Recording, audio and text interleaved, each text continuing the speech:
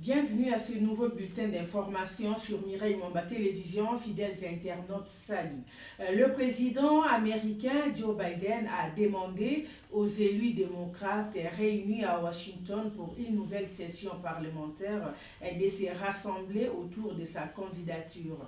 Fragilisé par son débat raté face à son rival républicain Donald Trump il y a de cela 10 jours.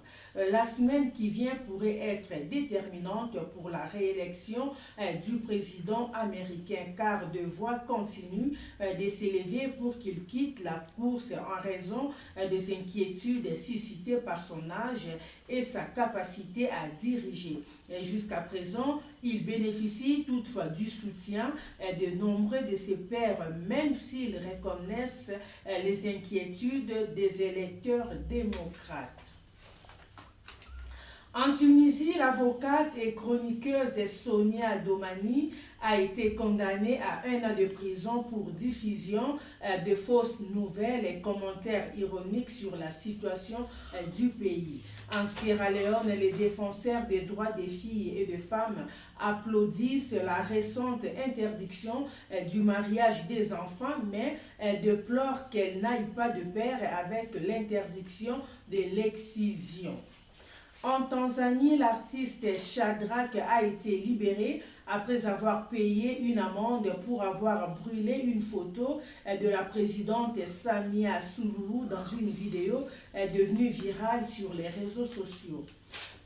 Le président sénégalais Bassirou Diomaye Faye vient d'être nommé facilitateur de la CEDEAO, a affirmé la nécessité de l'apaisement et du dialogue avec les trois États sahéliens qui sont le Burkina Faso, le Niger et le Mali, et qui ont annoncé la création d'une confédération.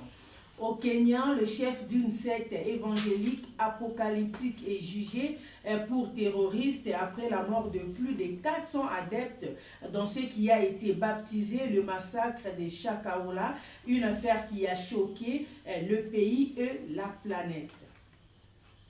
Au Niger, le départ des soldats américains de la base de Niamey est déterminé et sera suivi d'ici le 15 septembre par celui des forces basées à Agadez.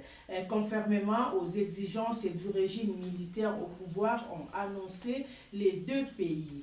Toujours au Niger, la sommaire filiale d'Orano au Niger, dont les exploitations sont à l'arrêt et en grande difficulté financière, est contrainte de vendre des stocks d'uranium initialement destinés à financer la fermeture ultérieure du site.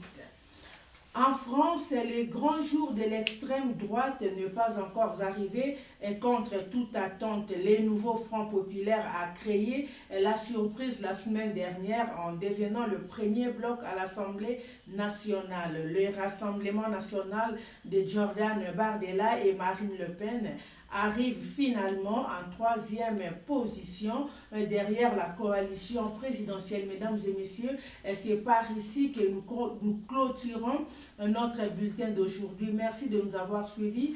Si c'est pour vous la toute première fois de nous découvrir, commencez par vous abonner et surtout n'oubliez pas d'activer la cloche des notifications pour ne manquer aucune de nos nouvelles vidéos. Pour toutes vos suggestions, n'hésitez pas de nous contacter via le numéro qui est affiché sur vos écrans. Un grand merci à Joyce Chilunga Kalengayi qui était à la prise de vue et à la réalisation de ces bulletins.